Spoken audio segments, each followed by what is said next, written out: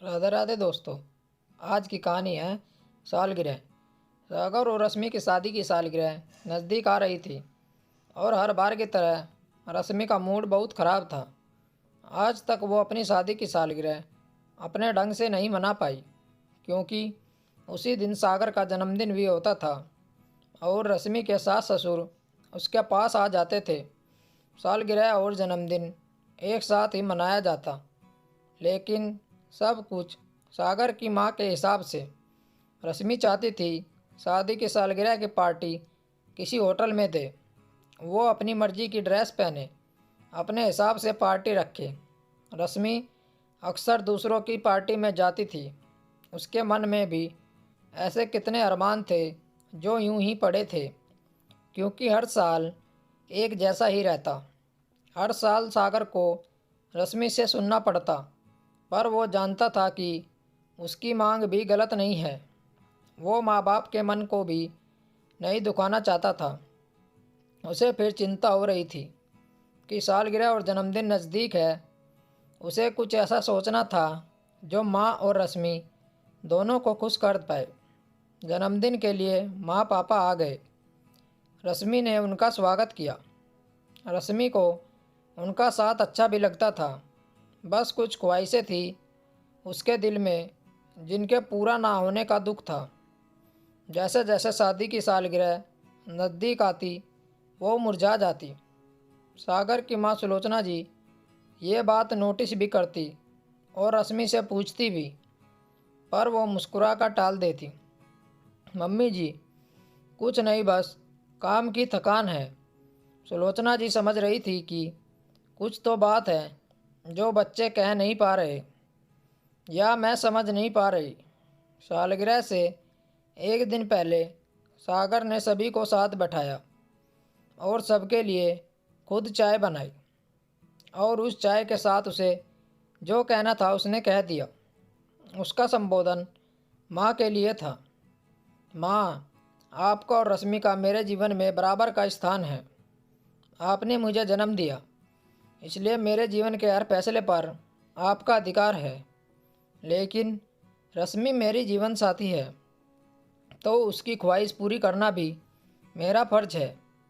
मैं चाहता हूँ आप मेरा जन्मदिन अपने हिसाब से मनाएं और शादी की सालगिरह रश्मि के हिसाब से मनाने की परमिशन दे दें। हम कल के दिन आपके हिसाब से जो आप कहेंगी वो करेंगे, और शाम का आयोजन होटल में। माँ ने बेटे की बात समझते हुए कहा, हमने तुमको कुछ करने से मना नहीं किया, ये तुम दोनों जानते हो। तुम दोनों जैसे खुश रहो उसमें ही हमारी खुशी है। बच्चों की खुशी में ही तो माँ बाप अपनी खुशी तलाशते हैं। सागर मुस्कुराने लगा, फिर माँ से बोला, माँ, एक चीज़ और मांग लूँ? माँ ने हंसते हुए कहा, बोल ना बेटा, आज दिल में कोई गांठ ना रहने दो। मैं चाहता हूँ तुम दोनों खुलकर बात करो। तेरी दादी ने मुझे हर समय अपनी बात रखने का मौका दिया, उसने कुछ तो सिखा ही है। बोल ना बेटा। सागर ने माँ का हाथ अपने हाथों में लेते हुए कहा, माँ, रश्मि पार्टी में वेस्टर्न ड्रेस पहनना चाहती है, बस आप सबसे परमिशन चाहिए। मैं चाहता हूँ आप उसे वो आज़ादी दे दो। माँ ने बेटे की सच्चाई को सराहते हुए कहा, रश्मि बेटा, तू कुछ भी पहन ले, हमें कोई एतराज़ नहीं। मैंने तुझे कभी बहू समझा ही नहीं। बस एक शिकायत है तुम दोनों से। इतने दिन लगा दिए माँ से अपनी बात कहने में। कहते हुए सागर और रश्मि को गले लगा लिया। रश्मि बहुत खुश थी। अगले दिन सागर का जन्मदिन था। घर में खूब रौनक थी और शादी की सालगिरह के लिए पूजा रखी थी। पूजा ने माँ ने रश्मि और सागर को बैठाया। दोनों ने पारंपरिक कपड़े पहने। आज घर में अलग ही रौनक थी। सभी के चेहरे पर संतोष का भाव था कि उन्होंने अपनों की खुशी के लिए कुछ किया। शाम की पार्टी रश्मि के हिसाब से रखी गई। सास ससुर का साथ पाकर रश्मि बहुत खुश थी। उसे आश्चर्य हो रहा था कि माँ पापा ने पार्टी में खुलकर हिस्सा लिया।